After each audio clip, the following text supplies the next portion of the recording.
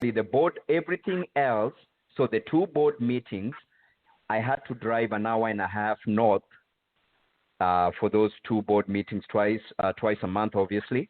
And then each and every one of those other second looks, they had different names, but there would be at least 4 a month, because one every week that you had to be a part of meant another hour and a half drive one way. So that is 3 hours return. And then the dream night you mentioned, that was probably not in your hometown, right? No. I would be driving to a major city, either Calgary or Edmonton, which was an hour and a half one way. And then you had to pay for hotel and meals as well as your function ticket. No, and, I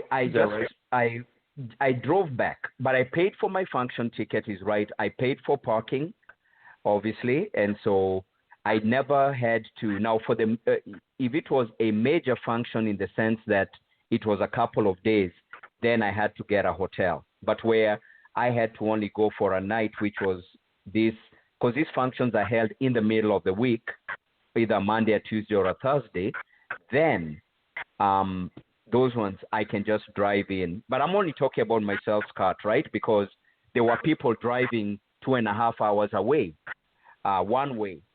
So they probably would have had to get hotels and stuff. Right, and I was thinking about the major weekend functions. You know, the Friday, yes, Saturday, Sunday. You have to pay for your transportation costs and then your hotel, meals. Correct. And what was the typical price of that weekend function for you? So the weekend function, for example, I'll talk about spring leadership, which obviously happens in the spring, and we have John C. Maxwell come in. So I have to pay $160 for the ticket for those 3 days. Then I have to get a hotel, and you're looking at least for 2 nights, so the Friday and the Saturday, so I can drive back on Sunday, and I'm paying anywhere between $100 and $140 easy. So make it $140. Gas and all of that, and that's $280, $140, $280, so $300 plus the ticket. You're already at $450. Yeah, you're at $450, and then your meals. It could easily go into a $600 cost in only 3 days. Yeah, and not all that money, of course, went into their pockets, but everything did come out of your pockets. So from your perspective, it was money going out. Now, I have heard, and I've never confirmed this, but I do believe it. And I don't know if it's true, but I do believe that what these people often do is they'll have particular hotels that are close to where the function is, and they make deals, and they get a cut of the room. So, you know, when you make a reservation at one of the approved hotels, then they get, you know, I don't know what the size of the kickback is from the hotel, but that's my understanding, is that they even make money on that. So it's money. Yeah. It's money. So did your wife ever go? Was she ever a participant with you in Amway? Did she ever go to these board plans or anything like that? No, she didn't, and it wasn't for a lack of trying. She just happened to have a sharper antenna than I did, and for her, okay, first off, she's not a Christian. She's a humanist in her approach, and while she, in one way, she thought this was that my character had changed for the positive. Not that I was a bad person or I had any, but she thought, you know, the fact that I was more organized, I was reading more type of deal, and I was concerned, and this is in quotes, about the well-being of others, even though I was using that as a ruse to recruit people. She thought, okay, those are positives. However, she did not buy the whole MLM thing. She was never ever a part of. Well, no, actually, that's not true. She had sold Mary Kay about 20 years prior, but she was never a part of Mary Kay. She had been someone had tried her aunt had tried to recruit her, so she had a bad taste of MLMs in her mouth, and she just simply did not want to be a part of it. So, yeah, that's how that went. Yeah, so it was kind of like she had already seen it before, even though it was a different MLM. She sort of knew some of those basics. Now, would you say that you being a part of Amway was part of the reason that you eventually split up with her? No, our relationship was already rocky, and it by the time I was getting into Amway, I would say it was hanging. It was 30% alive and 70% dead. So Amway didn't, to a certain degree, it may have contributed a little bit in the part that I was pressuring her to buy these overpriced goods and quote unquote support my business, foolishly not knowing I'm actually supporting and putting the money in the coffers of Amway. But we had already most of our differences came as a part of my faith more than anything else.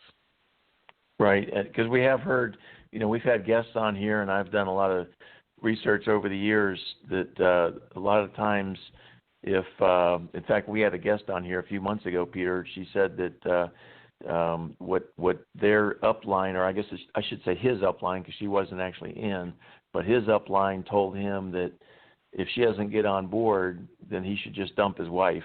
Basically just walk away from the relationship and just stop, interacting with her in any way.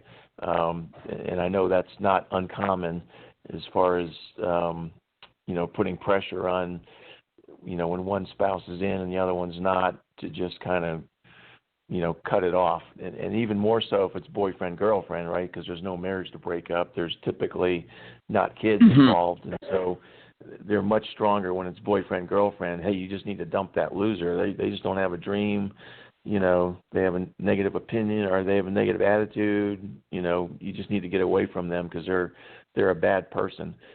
And so that's quite common in Amway, and I think probably other MLMs as well. And Bexten, how long were you actually in Amway? How long, did you participate and stay involved until things started to go bad and then you decided to get out? I was in it for 17 months. I would say that by the last 3 months or so, I had missed a month here of the board meetings. I was attending one board meeting a month and not caring for for any of those other weekly functions that they normally have. So then, for me, as I would see, as I saw no growth, I was unable to recruit anyone. I was bleeding money. I started to read. I came across sites such as Married to an Ambot, MLM, The Dream and the Nightmare, and I would read these, and I started reading these blog posts, and everything they spoke about was true. I saw myself. I think one of the worst things about Amway for me was to see friendships that I had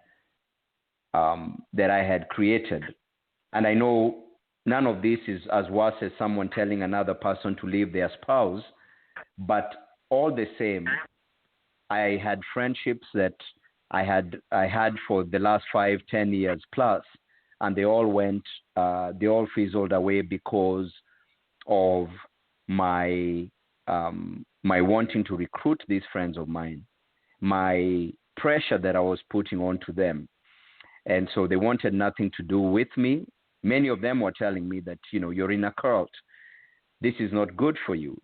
This products are overpriced, or telling people, didn't matter who they are, that even though you're a doctor, even though you're a pilot, even though you are an army, you're in the military, you're a police officer, you're a carpenter, whatever it is that you're accomplished, you do not have it together because you are not working towards retirement, because your wife is working, because your kids are in the education system. You don't see your children. I mean, I can see exactly why.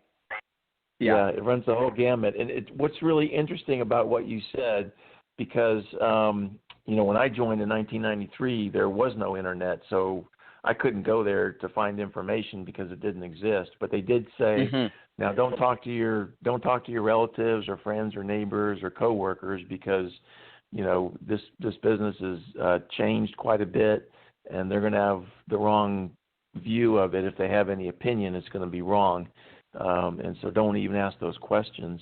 But in your case, it's really interesting to me that you did check the internet in the beginning, but because you had been exposed to Amway just through that major function, and that had given you kind of a shot of optimism, that when you then checked online, you were able to reject it. But then 17 months, fast forward, after you had experienced all these things personally, and then you went online and you said, yeah, that's exactly what I've experienced, then it made more sense to you as far as, registering that all these, quote unquote negative websites really are on the mark. They really are correct. But you couldn't have done that in the beginning because you didn't have those experiences. By definition, you couldn't have sort of internalized that, whereas later on you could. And I find that really interesting and probably not uncommon.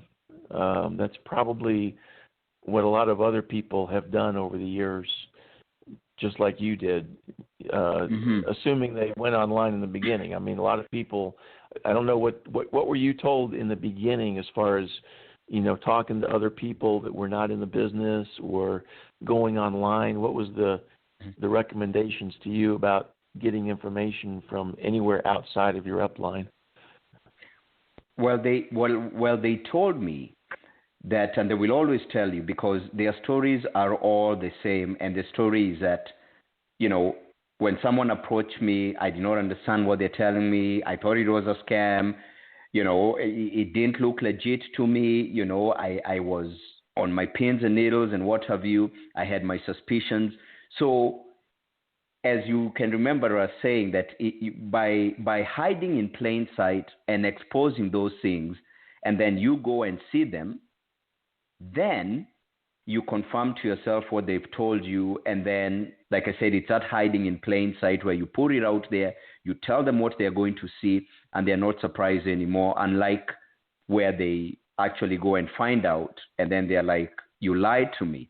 So I think in my case, even though that night was crazy and the cars and everything, I also believe that the influence of this lady, with the fact that she said she was a Christian, I would read that material and I would say, well, you know what, I'll go in there, and if it doesn't work out, I'm going to leave it.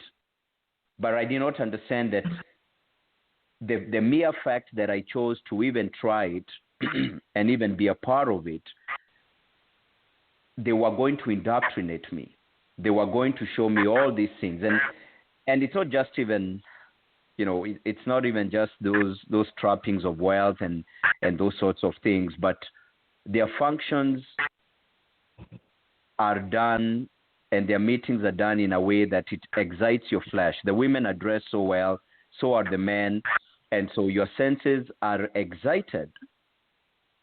And it feels like you're going to a concert, even though you're not getting any, you're just getting, it's garbage that is trash that you are being advised on, but it excites your senses. And Yeah, it's all it just has excitement, an right? effect. I mean, there's really not too much content at a major function that you don't get on an audio recording. Now you do get, at least I got, we often had entertainment come in, and some of them were, famous bands and people that were like former Olympians, that were doing motivational type things. We even had I remember, I think it was my first major function back in 1993. It was in Atlanta, Georgia. It was in the Georgia Dome. Okay. I think it's still the largest business conference ever. As far as in-person conference, it was like 80,000 people packed into the Georgia Dome, and we even had former President, Bush 41, the older guy, came in. He had just, gotten beaten in the election by Bill Clinton, and he came in and did a talk. So I've seen famous people, coming into those, and it is exciting. But you're right, as far as the actual, content, it's really entertainment more than it is business teaching. Let's put it that way. So it sounds like maybe since you were so gung-ho, maybe they didn't spend a whole lot of time discouraging you from talking to other people or checking out the internet. Do you think that's why maybe you didn't hear much of that sort of instruction? Because that's quite common for the upline to say, now don't go outside because we have your best interest in heart. We don't make money until you make money, those kinds of things. Yeah. Do you remember being told those kinds of things, or did they just assume, hey, this guy's gung-ho and, we're going to leave him alone?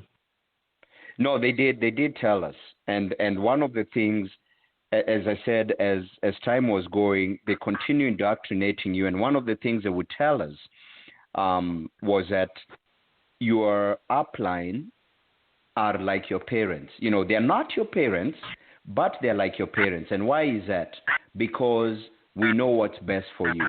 We have already walked this road. We can see the end of it. And now we're coming back to guide you through it.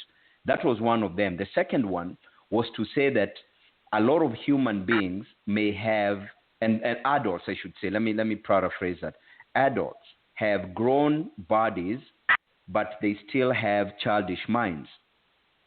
So when they put this information in you, you feel like a superhero. You only share with them. So I stopped talking to my ex at the time, even though we really weren't talking before, but I stopped sharing with her or anyone that wasn't a part of the group any information and any thoughts that I had, because only Amway folks had my best interests at hand. And people who are not a part of this group are just a bunch of overgrown beings with childlike minds. Right. Yep. Mm-hmm. Yep.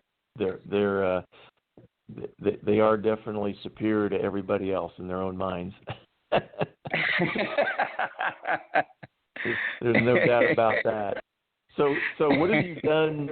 What have you done since you've left Amway, as far as both occupation and as far as just activities? Because I know I met you on Facebook making comments, and that's how we got together. So I know you're out there educating people, to not join Amway because it's just a bad deal.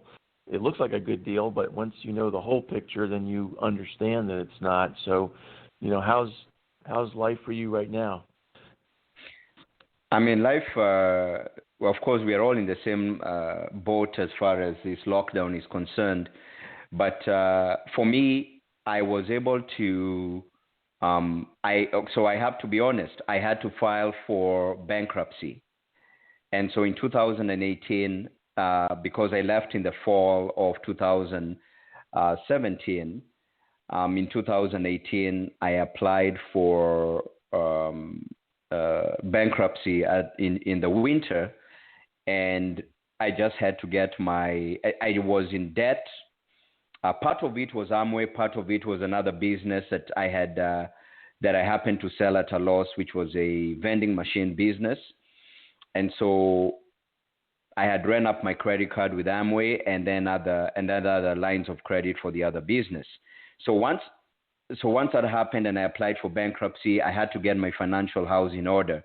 And that's what I did, taking 2 jobs, working ferociously in the oil field and any other jobs that I could find.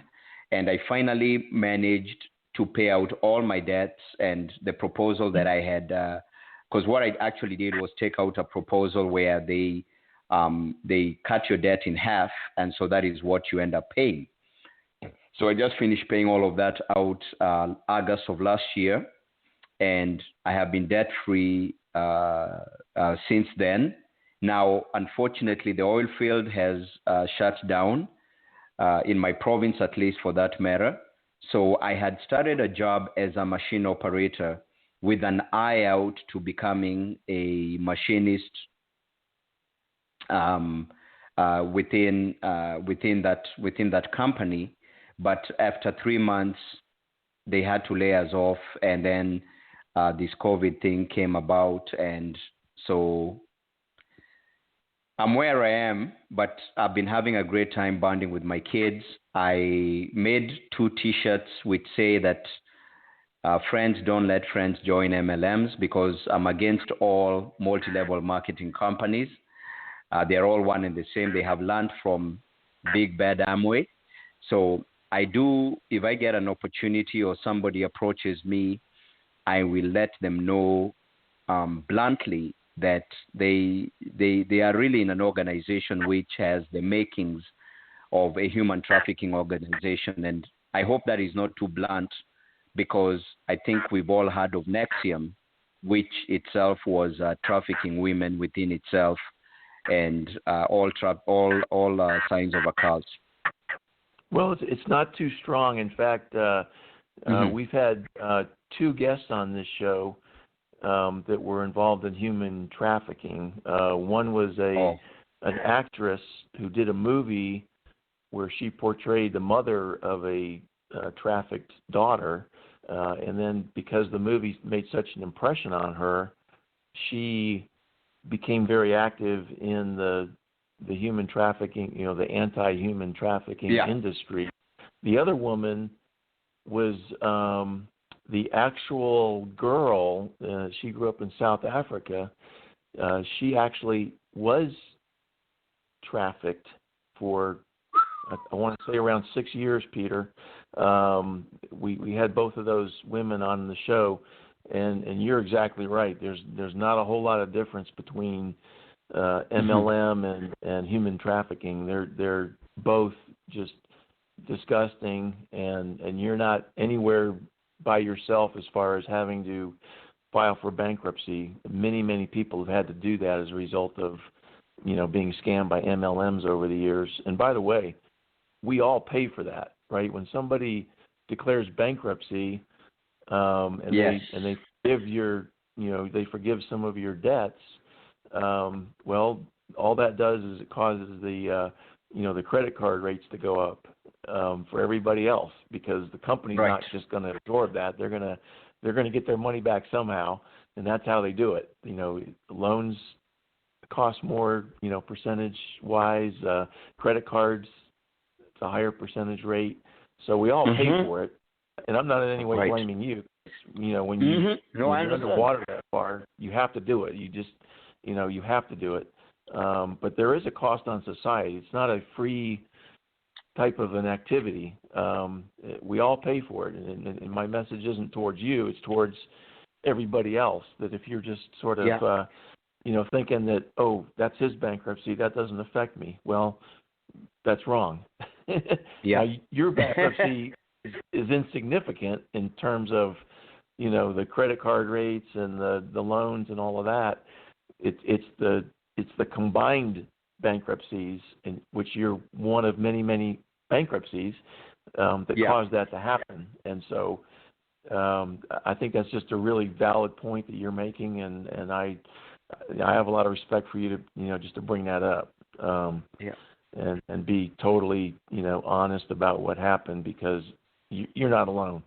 And you're not alone from the standpoint of being scammed by an MLM, and you know that. And unfortunately, most people, after they get scammed by an MLM, they just go silent. They don't say anything. They don't do anything. I always encourage people. Now, you're in Canada, so you're not in the right country to file a complaint with the Federal Trade Commission, but you probably have a similar agency in Canada that you could file a complaint with, and encourage others to do the same. That's why I always tell people is, put in your complaint, but don't stop there. Make sure that you tell others to submit their complaints too, because again, the power is in the numbers. Whether it's true. Filing bankruptcy and having a negative impact on others, or filing a complaint and encouraging others to do that, you're going to have more influence as far as the government. So it's really, it's the quantity of people complaining that's really going to help out here. Peter, did you have any other questions? One comment. I know that Bexten had this experience with MLM.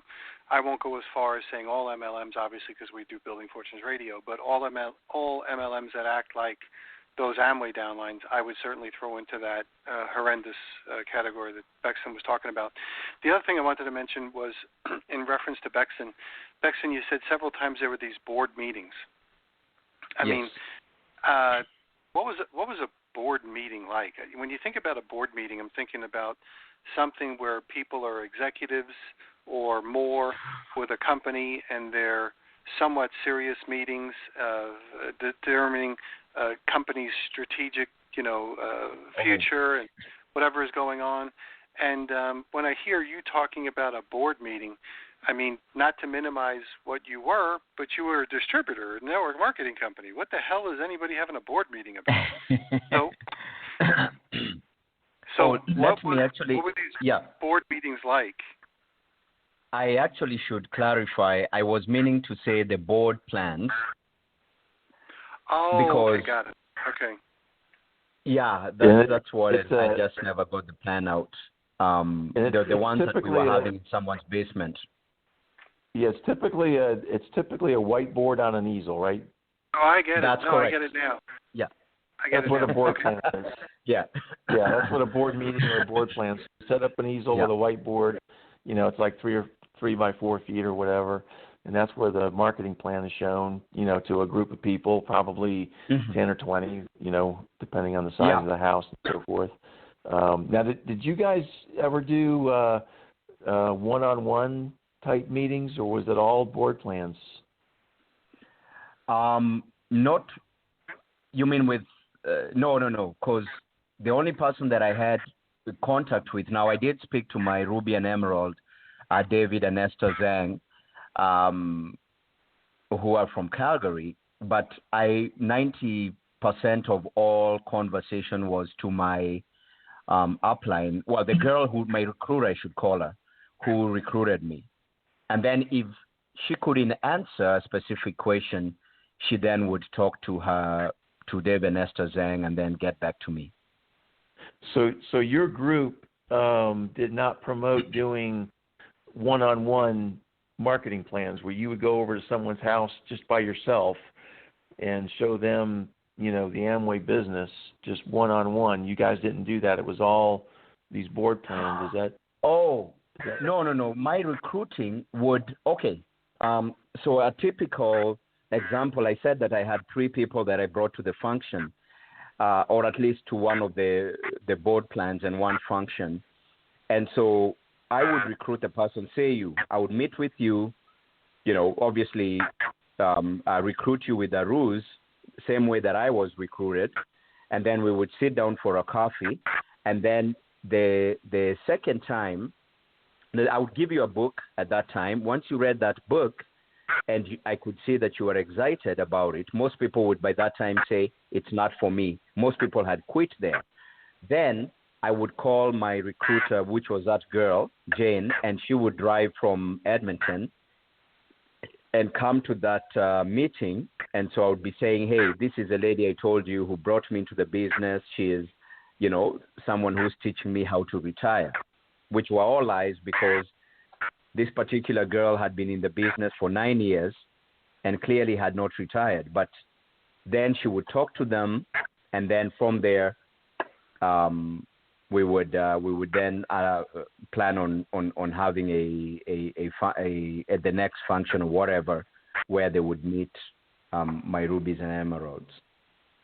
So on that second meeting, this was after they read the book. If they didn't walk away after reading the book, and then you had that second meeting with them along with your upline, did she then show them the marketing plan, or did she try to get them to a board plan? No, she would show them the marketing plan by then. Okay. So I would have shown them snips of it, but she would come and show them, the marketing plan. So everything, right? The way they draw those circles, and they show how you break a leg here, you break a leg over there type deal. Right. The whole duplication, right? Because the whole thing they want to show you is duplication. So they say, how franchises work. This is how a franchise works. And it's all nonsense because it doesn't function. And Peter, I'm not sure if you're familiar with this language because it sounds kind of like the mafia breaking a leg. Yeah.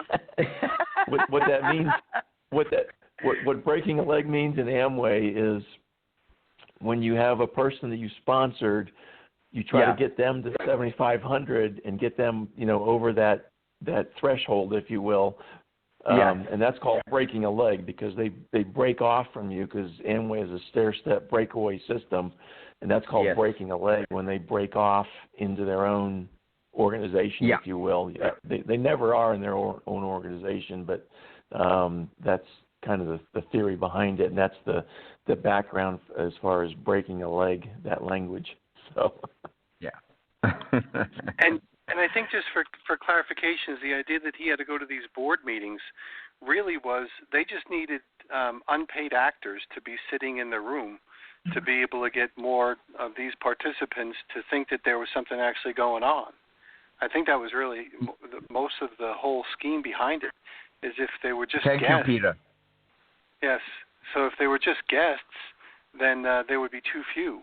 But they have to fill the room with all these unpaid actors. So there we go. So it would have been easier if you could just fill it with like dummies, like they're doing in the in the baseball field. Right. Yeah, there you go. Yeah, and not only to show up, but we were taught specifically, now don't just show up and be supportive. Even if you don't bring a person, we want you to be there, to create a more exciting atmosphere. But we want you to be very animated. We want you to laugh at all the jokes you've heard 100 times. We want you to nod your head and be enthusiastic. We don't want you to just be a dummy sitting there. We want you to really be an actor. To your point, Peter, they never use those words, be an actor. They just said, now, make sure you be excited. You need to edify your upline, and because you want to be edified in the future, right? Well, of course you do. And so that's sort of the whole shtick too. And I think you probably experienced the same thing, right? Yeah. Yep. Yeah, no, absolutely. And that was the thing about, and this is one of the reasons why they always create this pseudo excitement and pressure, much more like, oh, you're about to meet this person. They have made their time to come here to see you. So it creates this sort of debt in you, this psychological debt that you owe this person. And so you have to act accordingly. Yes. And was there anything that you wanted to mention that we haven't brought up this evening? I just wanted to give you a chance in case there was something you wanted to say that we just hadn't gotten around to, asking about and being able to make that point. The only thing I can say is that, obviously, two things. I do feel that now when they always tell you their lies. First of all, they tell you you're making friends for life, which you don't, because the moment you stop showing up and buying the products and your PV is declining and you're not recruiting, then they pay less and less attention to you. So that's one of the lies they have. And then there is also the lie that they would always have on screen, where they would say that, how come Amway has partnered with Apple, with Walmart, with Nike? How can these stores? But these were never partnerships. This is another bold-faced lie that they had, but it worked so great, and it's one of the lies that I told people, that I could access those stores, but it was no different a portal like any person who shops on Amazon has. They simply have a portal created in their name, and then they can shop through that. Now, those stores are able to sell the products they're selling at a premium larger than they do at their own brick and mortar or their own websites. But all they're doing is providing you a portal. And if you don't buy the product, there is nothing that Nike, Adidas, Apple, or me, they will not advise my business. They are not advertising my business or anything of that sort. It's not a partnership. It's a portal. But it's a good gimmick to show people that Amway is not a pyramid, because it partners, which it doesn't, which is again another, which is fraud, like you were saying. And so that gimmick was used, I used it, and it was used by them to keep folks in it by saying we are not a pyramid scheme because we have these folks around. So I thought I would mention that, at least in showing the kinds of just how fraudulent and their activity is. Yeah, that's a good point. In fact, Amway calls them on the Amway website. They actually call them partner stores, and part of the reason that they have those stores there is to give Amway credibility, because one of the arguments that is often made is, well, all these big companies, they have lawyers, they investigated Amway. Do you really think they would partner with Amway if they thought Amway was a scam? Why would they do that? It just doesn't make any sense. And so they really do leverage that. And another point on those partner stores, the way you get paid in Amway, it's called PVBV, and it's kind of involved. But the bottom line is, the greater the PVBV per dollar that you spend, the bigger the bonus you get back. These partner stores, it's pretty close to zero. The PVBV on a partner store purchase is so negligible, it just doesn't make any practical difference, to your bonus. It really is just fluff and the bright shiny object, so to speak, with really no meaningful influence on your personal profitability. It really is smoke and mirrors, the ultimate smoke and mirrors, and basically they're buying credibility is how I look at it. So, well, great. Peter, did you have anything else? I'll let you guys, make any last points, but I just appreciate you showing up and telling your story, and maybe if you're asked about, what was your Amway experience by somebody, you can just give them the link to this show. Absolutely. You can hear my story right here. and not have to repeat yourself. So, Bexten, if you have anything else, go right ahead. And Peter, I'll let you wrap it up. You guys go right ahead. Okay, Bexten, we'll give you the last minute or so. I just want to thank you guys for the opportunity. I don't think I mentioned to Scott, but I had written to actually 3 major networks here, where I was hoping they would do an investigation on MLMs, and I gave them just a short summary of my experience with Amway, and none of them ever replied, even though they often do investigations on fraudulent practices in the market. So so when Scott actually spoke about this platform, I was excited to know that I could share this, my experience, and be able to discourage and hopefully discourage others from pursuing any, from being a part of Amway or Amway-related MLMs that operate in the same manner. So thanks again for, bringing me and allowing me this audience and platform. Excellent. Okay, good. So you just heard from Bexten, Maina. If you want to go hear this radio show again, make sure you check him out. We're going to give him a guest page on Building Fortunes Radio as well. But if you remember this one, this is part of Scott Johnson's Scott Johnson's radio show with us. If you go to buildingfortunesradio.com, look for Scott Johnson, or just go to buildingfortunesradio.com/Scott-Johnson. You'll be able to hear this as well as previous ones. Bexten, I appreciate you being here. I know it's tough times, it sounds like, with the jobs and the oil fields and everything else like that going on.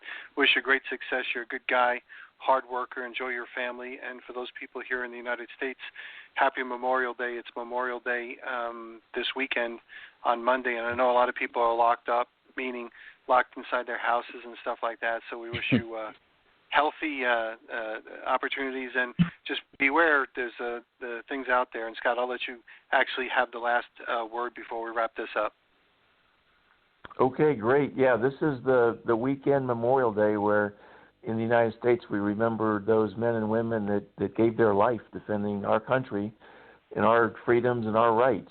And it really is a shame that we have to put up with these kind of scams in a free country, but that kind of goes hand in hand, right? When you have freedom, then you can have these people running around doing what they do, and it's up to the rest of us to basically put a governor on them and get the government's attention to do something, because they're essentially taking away our freedoms. They're taking away our time freedoms. They're taking away our money freedoms. They really are violating us. I know when I was a Navy officer, I raised my right hand and said, I swear to protect the Constitution against all enemies, foreign and domestic. And I consider MLM scams a domestic enemy, just by the way they operate. So I guess that'll be my message for this week. And we just have to keep soldiering on. And at Bexten, you mentioned you contacted some media folks. I don't know how many media folks I've contacted over the years. It's in the several dozen. And I think I got one partial response one time. When I tried to follow up with them, it went silent. But I think we have to keep doing it, no matter how many times. I mean, just like Amway, keep trying to sponsor somebody. That's what they tell you. Every no is one no closer to a yes.